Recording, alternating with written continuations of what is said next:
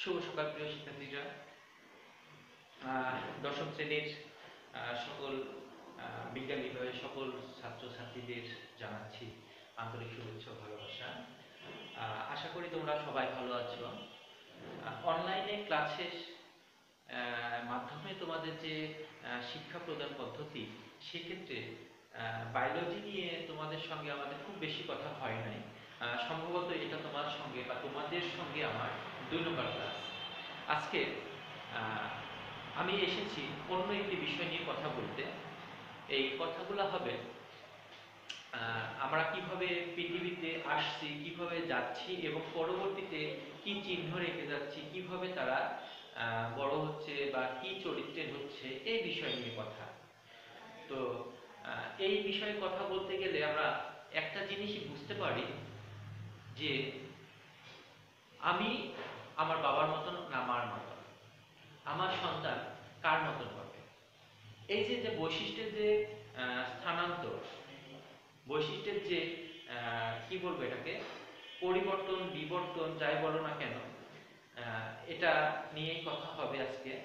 তোমরা অলরেডি লক্ষ্য করেছো আমি টপিকসে লিখে রেখেছি আমাদের জীববিজ্ঞানের যে অধ্যায়টি, সেই দ্বাদশ অধ্যায়, এই অধ্যায়টির নাম হলো জীবের বংশগতি ও বিবর্তন। তো জীবের বংশগতিটা কি? বংশগতি হলো সেই জিনিস যে বিষয় থেকে আমরা উপলব্ধি করতে পারি যে কিভাবে আমাদের চারিত্রিক বৈশিষ্ট্য আমাদের ভবিষ্যৎ প্রজন্মের ভেতরে পৌঁছায়।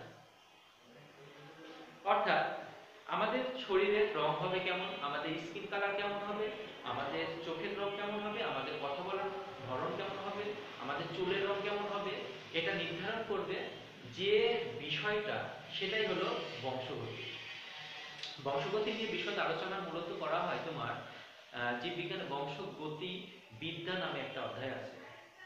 তোমাদের তো এখন কেবল স্টার্ট বা ভাষা জ্ঞানগুলো দিয়ে যাচ্ছে, তোমরা তো কেবল শুরু করলা বিজ্ঞানের যে চর্চা, সেই বিজ্ঞান চর্চার শুরুর ধাপ কেবলে।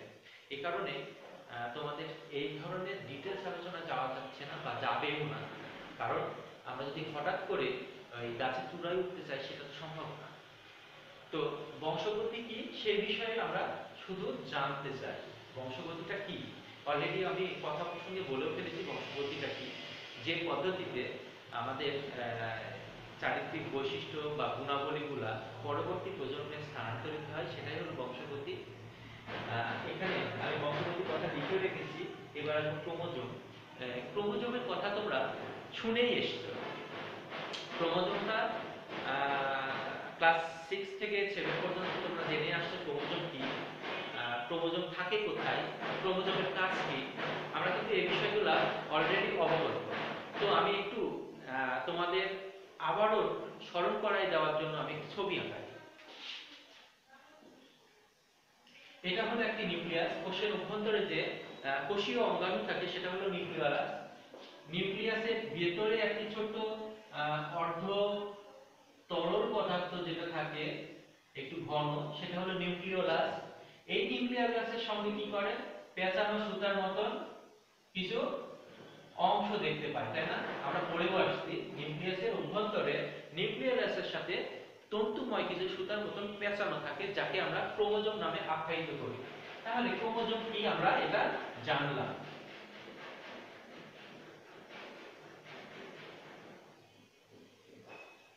ক্রোমোজোম জানলাম, এটা হলো কি নিউক্লিওলাস। কিন্তু কোষের অভ্যন্তরে যে দানাদার পদার্থগুলো থাকে সেটাকে আমরা বলি কি, সাইটোপ্লাজম। সেই দৃষ্টিতে নিউক্লিয়াসের ভিতরে দানাদার যে পদার্থ থাকে তাকে কি বলবো, নিউক্লিওপ্লাজম। সাইটোপ্লাজম বলি না? তাহলে এই দানাদার পদার্থগুলো হলো কি, নিউক্লিওপ্লাজম। তাহলে কি কি পেলাম, নিউক্লিওলাস, ক্রোমোজোম এবং নিউক্লিওপ্লাজম। এই ক্রোমোজোম কি, এই ক্রোমোজোম কেমন, এখান থেকেই আমরা মূলত মূল ধারণাটা পেয়ে যাব। এই ক্রোমোজোমের দৈর্ঘ্য কতটুকু, প্রস্থ কতটুকু, সেটাও জানবো। এটা তো পেঁচানো অবস্থায় আছে, আমরা জানি না কতটুকু। তো এটাকে যদি এইভাবে প্যাচ খুলে ছড়ানো হয়, তাহলে এটা যে দূরত্বটা অতিক্রম করবে, যে লেন্থের দিকে হবে দৈর্ঘ্য, সেটা হবে তোমার এরকম। এটার হবে কি 3.5 থেকে 30 মাইক্রন। মাইক্রন। এখন তোমাদের মাথায় আসতে পারে যে স্যার মাইক্রনটা কি? মাইক্রনটা হলো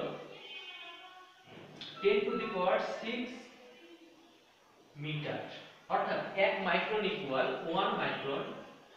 1 মাইক্রন ইকুয়াল 10⁻⁻6 মিটার। ক্লিয়ার? তাহলে আমরা এখান থেকে এই 3.5 টু 30 এইখান থেকে যে মাইক্রন করলাম এটা, তাহলে আমরা একটা লেন্থ পাবো, পাবো না? তাহলে যে দূরত্বটা এটা পাইলাম সেটা কতটুকু হতে পারে একবার ঠিক করে দেখো।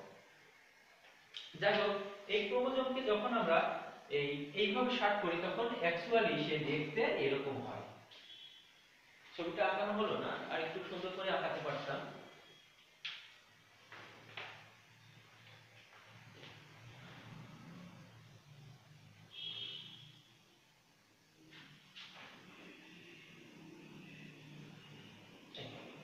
এবার ছবিটা দেখে হয়তো তোমাদের কাছে মনে হচ্ছে না যে এটা পেঁচানো সিঁড়ির মতন।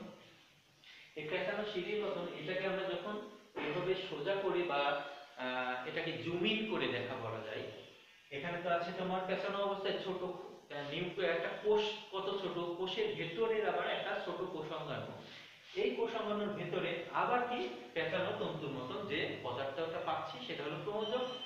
এইটাকে যদি আমরা অনুবীক্ষণ যন্ত্রের মাধ্যমে জুম ইন করে দেখি তাহলে তার স্ট্রাকচারটা দাঁড়ায় ঠিক এরকম, যার লেন্থের দিকে হবে কি এতটুকু, এবং এইখানে যে প্রস্থ পাচ্ছ বা ব্যাস পাচ্ছ এইটা হলো ব্রেড, আমরা কি বলবো প্রস্থ। এটা হলো কি 0.2 থেকে 2, এটা মাইক্রন। মাইক্রন নিয়ে তো বলেই দিছি। যাই হোক, ক্রোমোজোম কি, ক্রোমোজোমের সংজ্ঞা তোমরা জানো, এবং ক্রোমোজোম দেখতে কেমন সেটা একটা এটা কি করে জুম ইন পিকচার আমি দেখালাম। এখান থেকে আমরা ক্রোমোজোম সম্পর্কে আরো জ্ঞান পাবো। এই ক্রোমোজোম আমাদের চরিত্রের এই যে এতখানি দৈর্ঘ্য, এতটুকু লম্বা, এর যে পার্টটা আছে মনে করে এখান থেকে এইটুকু একটা পার্ট, এই পার্টটা এটাকে বলা হয় জিন। জিন,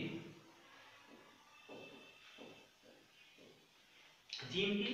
এই জিন হলো আমাদের মানে দৈহিক এবং অভ্যন্তরীণ শারীরিক এবং মানসিক যে চারিত্রিক বৈশিষ্ট্যগুলো আছে, আমাদের যে স্কিন কালার, তারপর হেয়ার কালার, ভয়েস টোন ইত্যাদি ইত্যাদি যা কিছু থাকে, সেইগুলোর যে বৈশিষ্ট্যগুলো ধারণ করা, এই এক একটি পার্ট, এক একটি জিন সেই কাজ করে থাকে। তার মানে একটি ক্রোমোজোম শুধুমাত্র একটি বৈশিষ্ট্য ধারণ করে না। ক্লিয়ার? একটি ক্রোমোজোম একাধারে অনেকগুলো বৈশিষ্ট্য ধারণ করে যা পরবর্তীতে আমাদের বংশধরদের বা আমাদের নবজাতকের শরীরে মাধ্যমে প্রকাশ করে। এখানে আরো একটি তথ্য আছে, এই তথ্যটি হলো আমরা বইয়ে দেখছি বা বইয়ে পড়ে আসছি যে জিনকে বা ক্রোমোজোমকে আমাদের জীবের ভৌত ভিত্তি হিসাবে জানা হয়। ভৌত ভিত্তিটা কি? ভৌত ভিত্তিগুলো অলরেডি তোমাদের ওই আমি কথার ভিতরে বলে দিছি, সেটা হলো যে কি চারিত্রিক বৈশিষ্ট্য। আমাদের যে বিভিন্ন ক্যারেক্টারিস্টিক্স আছে সেগুলা ইন ফিউচারে যাদের ভেতরে বা বংশগতির পরম্পরায় আমি যাদেরকে আমার সন্তান সন্তান যারা আসবে তাদের মাধ্যমে যে যাচ্ছে, কার মাধ্যমে যাচ্ছে? এই ক্রোমোজোমের মাধ্যমে। এই কারণে একে বলা হয় কি জীবের ভৌত ভিত্তি। তাহলে কি বলা হয়? ফিজিক্যাল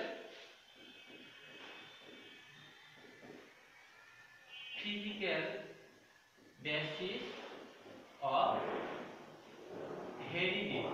এই হেরিডিটিটাই হলো তোমার বংশগতি। বংশগতির ইংরেজিটা হলো হেরিডিটি, আর ভৌত ভিত্তি ক্রোমোজোমকে জীবের ভৌত ভিত্তি হিসেবে বলা হয়। তাহলে আমরা এই কারণে বললাম কি physical basis of heredity K chromosome. ক্রোমোজোমের ভেতরে এরকম 10 জোড়া করে তোমার এরকম জিন থাকবে। তো এখান থেকে কিন্তু মূলত আমাদের যে ওই ডিএনএ যে ফিগারটা, এই ফিগারটা মূলত এইখান থেকেই আসে। মানে ডিএনএ যে আলাদা চরিত্র বা আলাদা কিছু অন্য কোথাও থেকে আসছে এটা কিন্তু না, মূলত ক্রোমোজোমের অভ্যন্তরে থেকে ডিএনএ। তোমরা ডিএনএ যখন ছবি দেখবা তখন লক্ষ্য করবা যে ডিএনএ দেখতে কিন্তু এরকম। ক্লিয়ার?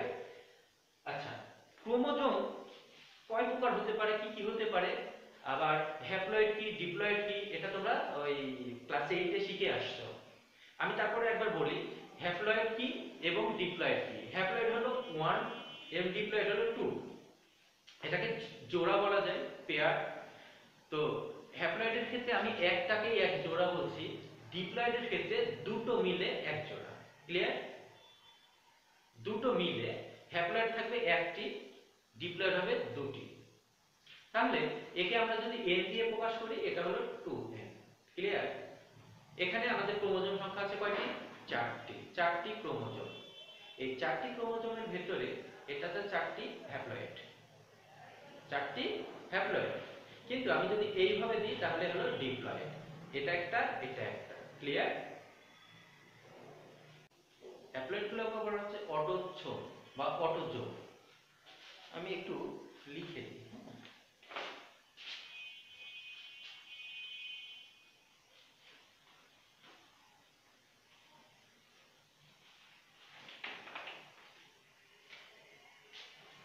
এটা হলো ক্রোমোজোম।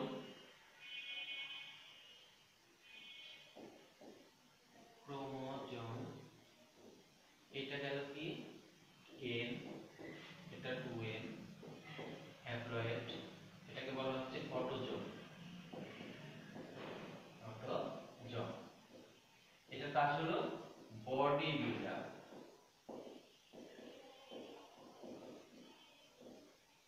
আর কি এটা কি সেক্স ক্রোমোজোম,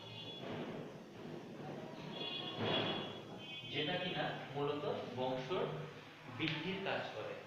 আমরা যে বংশগতিবিদ্যা নিয়ে কথা বলছি, আমরা যে বংশগতি হিসেবে জানতে যাচ্ছি, এই মূলত আমাদের যে ডিপ্লয়েডটা আছে সেক্স ক্রোমোজোম, এটাই মূলত কাজ করবে কোথায়? বংশগতিতে। আর যে অটোজোমটা আছে হ্যাপ্লয়েড, আমাদের এই যে একটু বললাম যে একটা এক একটি ওয়ান পেয়ার, একটি মিলে এক জোড়া হবে আর একটা হবে কি দুটি মিলে এক জোড়া হবে। ক্লিয়ার?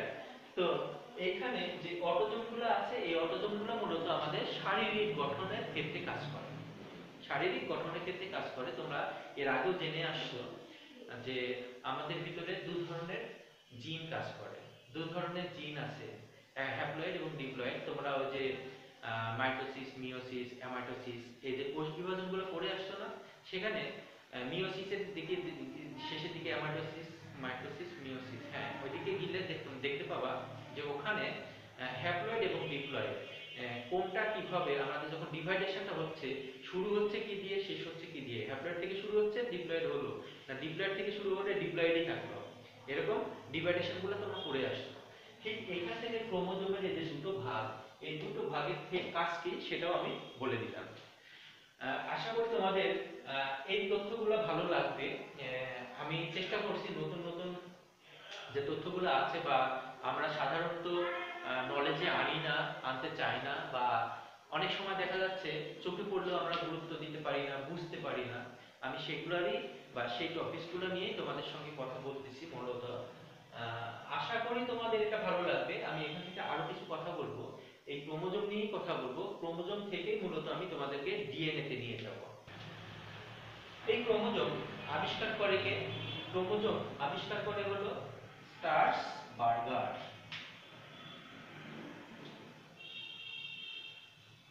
স্টার্সবার্গার অথবা এটাকে কেউ বার্গারও বলে, বা বার্গার হিসেবে তোমরাও বলতে পারো, তোমাদের যেটা সুবিধা।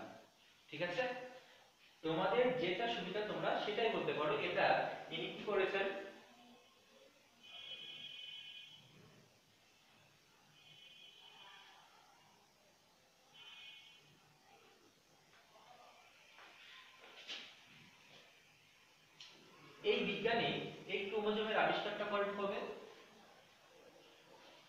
1875 এত সালে। এবং একটা জিনিস আছে, প্রতিটি কোষে পার কোষ অর্থাৎ প্রতিটি কোষে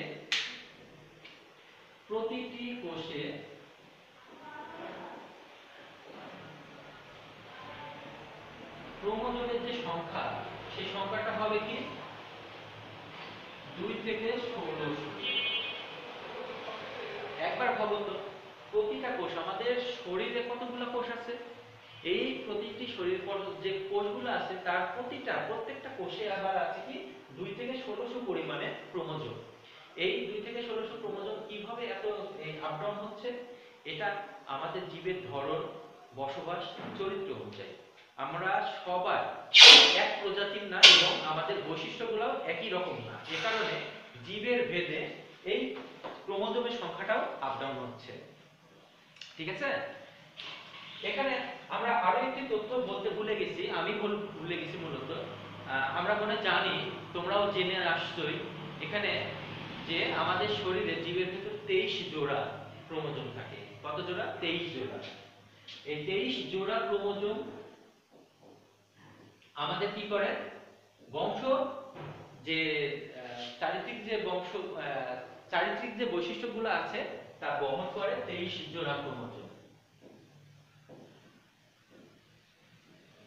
ক্লিয়ার? এবার আমরা আলোচনা করতে চাই ডিএনএ নিয়ে। এই ডিএনএটা কি? ডিএনএ এর কাজ কি? ডিএনএ এর কাজটা আসলে মূলত আমি আমার এই ছোট মেধাতে, ছোট জ্ঞানে আমি এটা বলে শেষ করতে পারবো না। এর এত ব্যাপক পরিমাণ কাজ আছে। আর যতটুকু জানি সেটা বললেও তোমাদের কাছে বোধগম্য হবে না। তো আমি মোটামুটি ভাবে তোমাদের বোঝার মতন করে কিছু বলতে চাচ্ছি। তোমরা শুধুমাত্র ধৈর্য ধরে ছবি আঁকানো দেখো এবং আমি যা বলছি সেগুলা শুনে বোঝার চেষ্টা করবা। ঠিক আছে?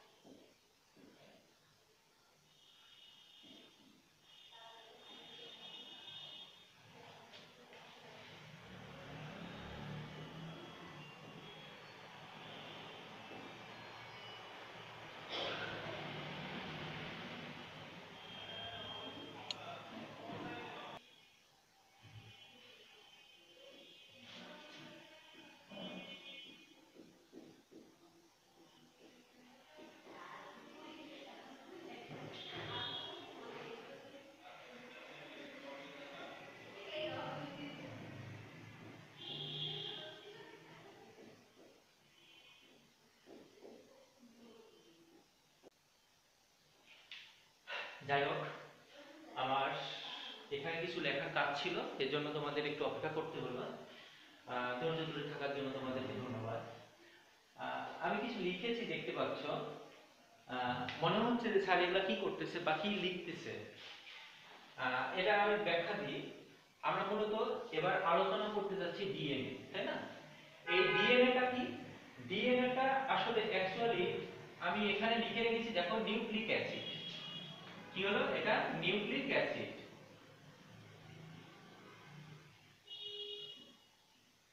Nucleic acid. এই নিউক্লিক অ্যাসিড কি দিয়ে তৈরি? নিউক্লিক অ্যাসিড মূলত পেন্টোজ সুগারের একটি কাঠামো।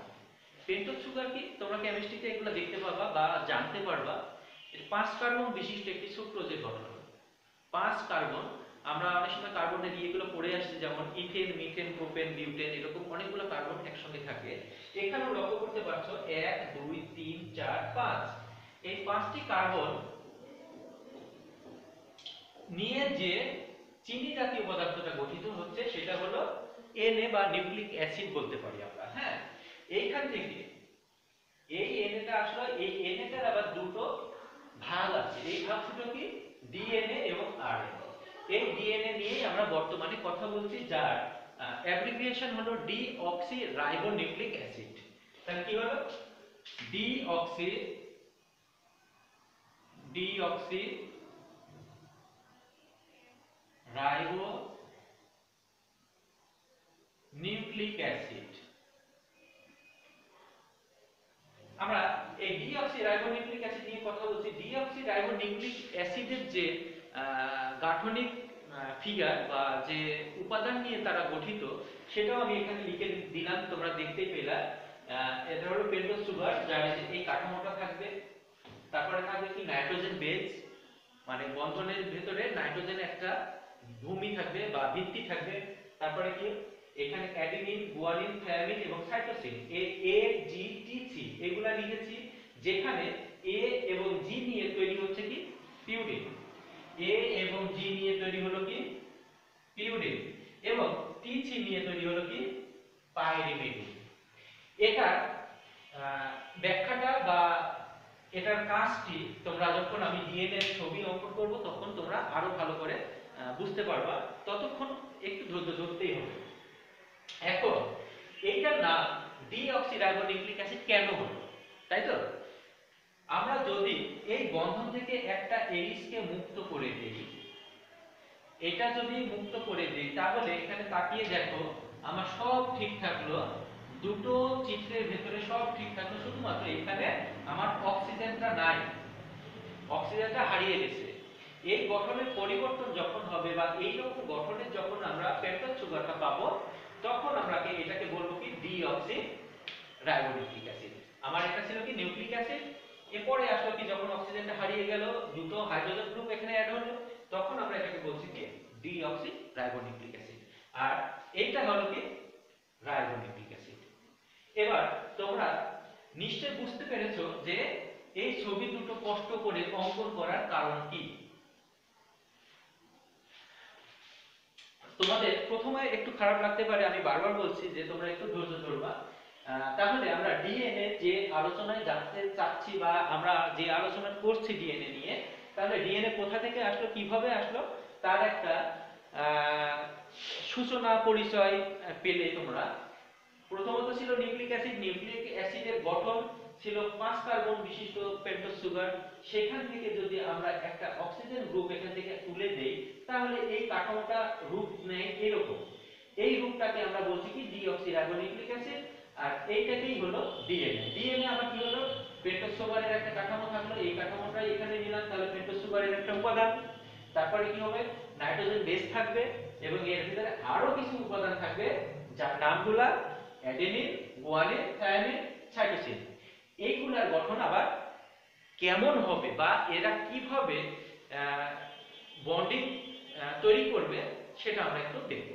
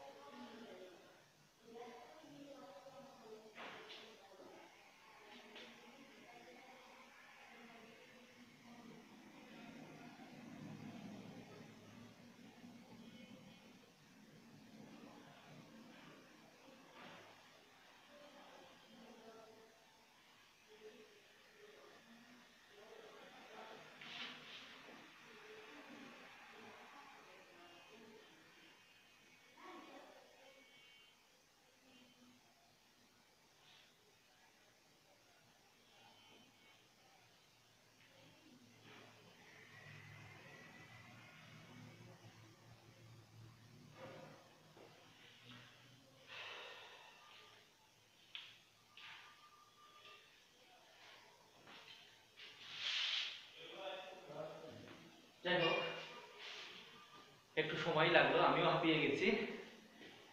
এটা হলো তোমার ডিএনএ এর গাঠনিক চিত্র।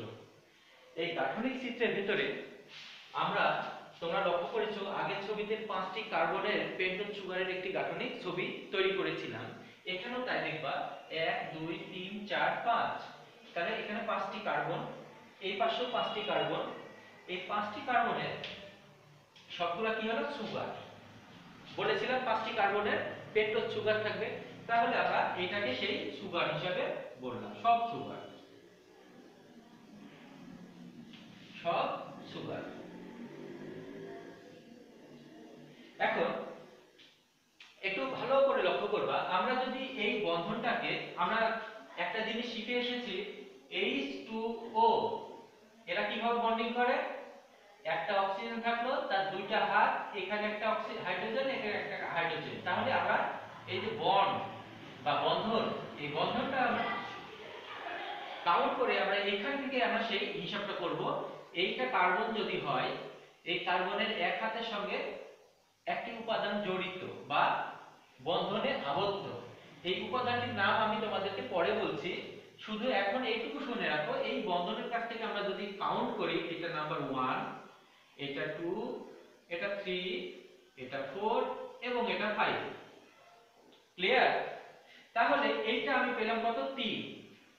ঠিক একইভাবে প্রত্যেকটিরই আমি, এটা 5 হবে এবং এটা 3 হবে, 5 3 5 3 5। এবং এইখানে দেখো উল্টা, এটা যদি 1 হয়, 2 3 4, 1 2 3 4 5, এটা আবার উল্টা কেমন করে, 1 2 হচ্ছে না,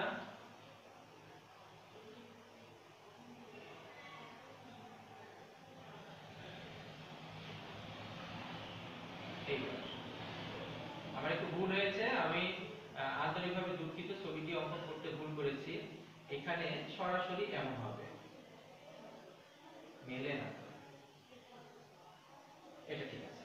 যাই হোক, এবার লক্ষ্য করো, এখানে ছিল আগে কি, এই পয়েন্টটা ছিল 3, এই বাইরের যে হাতটি আছে এটা 5, কিন্তু এখানে এটা 1, এটা 2, এটা 3 এবং এটা 5।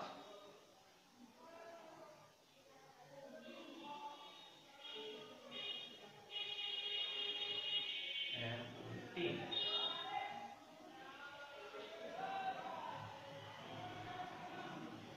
3 5 3 5, কিন্তু এখানে লক্ষ্য করো, এখানে 5 আগে পরে 3, এবার আগে 3 পরে 5, 5 3 5 আর 5 এবং 3 5 3 5 3 5 3 এভাবে যাচ্ছে। এদিকে দেখো 3 5 3 5। ক্লিয়ার? আমি যেটা বোঝাতে যাচ্ছিলাম আশা করি তোমরা একটু কষ্ট করে বুঝে নিচ্ছ। এটা 3, এটা 5। তাহলে এটা হলো আপাতত আমাদের যে 5 কার্বন বিশিষ্ট পেন্টোজ সুগার ছিল, তার একটি রূপ তৈরি করে দিলাম। মজার বিষয় হলো, এই যে আমি এখানে লিখেছিলাম অ্যাডেনিন, গুয়ানিন, থায়ামিন এবং সাইটোসিন, যেগুলো কি ছিল, এ জি টি সি। এদের ভেতরে আবার কি বলেছিলাম, এই দুটো মিলে কি হবে পিউরিন, এই দুটো মিলে কি হবে পাইরিমিডিন। মনে আছে? তোমরা ওই ছবিটি দেখলে বুঝতে পারবা। আমার যেহেতু আমার বোর্ড ছোট, আমি তোমাদের জন্য ওটা রাখতে পারছি না, মুছে দিয়েছি। এই দুটো মিলে কি হলো পিউরিন এবং টিচি মিলে পাইরিমিডিন। এবার যেটা বলেছিলাম যে এটার কাজ কি, এইগুলা হলো তোমার মনে হয় যে আমি ডিএনএ এর যে উপাদানগুলো লিখেছিলাম সেখানে নাইট্রোজেন বেস নামে একটি কথা বলেছি, নাইট্রোজেন বেস। এই দুটোই হলো সেই নাইট্রোজেন বেস, আর এই সাইডেরটা হলো কার্বন বেস। তাহলে এই নাইট্রোজেন বেস কি, এটা হলো এ থায়ামিন, এটা কি হলো থায়ামিন, এটা হলো অ্যাডেনিন, এটা কি হলো অ্যাডেনিন গুয়ানিন, গুয়ানিন, তারপর হলো কি সাইটোসিন। সাইটোসিন গুয়ানিন, আবার কি অ্যাডেনিন থাইমিন। যাই হোক, এই নাইট্রোজেন বেসগুলোর এরকম তোমার বন্ধন শক্তি তৈরি হবে এবং কিভাবে আবদ্ধ হবে সেটা বলছি। এর সঙ্গে ডাবল বন্ধনে থাকবে টি এবং সি এর সঙ্গে ট্রিপল বন্ধনে থাকবে জি। তাহলে এই দুটোর উপর ভর করে দেখো, এই দুটোকে কেন্দ্র করে আমাদের এ টি টি এ জি সি সি জি এ টি এইভাবে চলতেই থাকবে। ডিএনএ যে রূপটা সেটা এভাবে চলতেই থাকবে। তোমরা তোমাদের বইয়ে লক্ষ্য করলে পাবা, এইখানে দেখো লেখা আছে বা দেওয়া আছে, এই যে দেখতে পাচ্ছ এই ছবিটা অনুযায়ী তোমরা বাসায় প্র্যাকটিস করলে আমার এই ছবিটা আরো ইজিলি বুঝতে পারবা। ছবিটা দেখে মনে হচ্ছে যে খুব কঠিন, অঙ্কন করাটা খুব কঠিন, কিন্তু আসলে তা না। তাহলে এই যে বন্ধনটা দিলাম আমি এখানকার কি বলবো, ডাবল বন্ধন। এটা ডাবল বন্ধন, এটা ট্রিপল বন্ধন, এটা ট্রিপল বন্ধন, এটা ডাবল বন্ধন, এইভাবে চলতে থাকবে। ঠিক আছে, এইবার আসি মূল কথায়, যেটা আমি একটু বলতে ভুলে গেছি তোমাদের। ডিএনএ তে ফসফেট গ্রুপ নামে আরেকটি কথা থাকবে, যে কারণে তোমাদের এত কষ্ট করে আমার এই ছবি তৈরি করা এবং এই হাতগুলা নির্দিষ্ট করা। এই যে কার্বনের, আমি এটা এখান থেকে এক কাউন্ট করে 1 2 3 4 5, এইটা হলো আমি 3 নম্বর ধরলাম। আবার এখানে 1 2 3 4 5, এটাকে 3 এটা 5 ধরছি। তাহলে এই যে এর 3 আর এর 5 আছে না, এইখানে কি করবে, এ এসে তখন একটা ফসফেট গ্রুপে বন্ধন করবে এবং প্রত্যেকটা 3 নম্বর হাত থেকে 5 নম্বর হাত পর্যন্ত এরকম পি দিয়ে কানেক্টেড থাকবে। দেখবা তোমাদের বইয়ে আছে, একটু ভালো করে লক্ষ্য করলেই পাবা।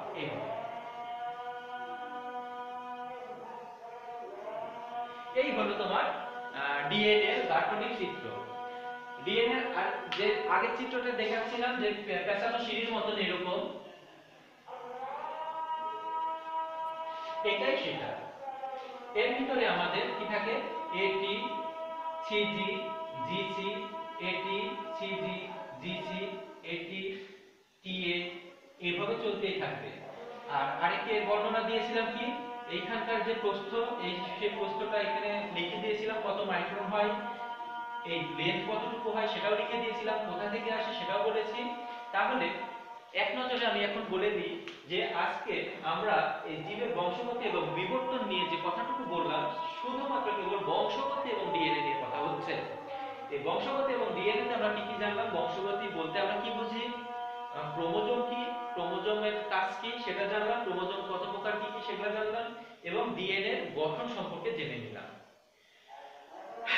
তোমরা বাসায় প্র্যাকটিস করো, চর্চা করো, চর্চা অব্যাহত রাখো। দেখা হবে পরবর্তী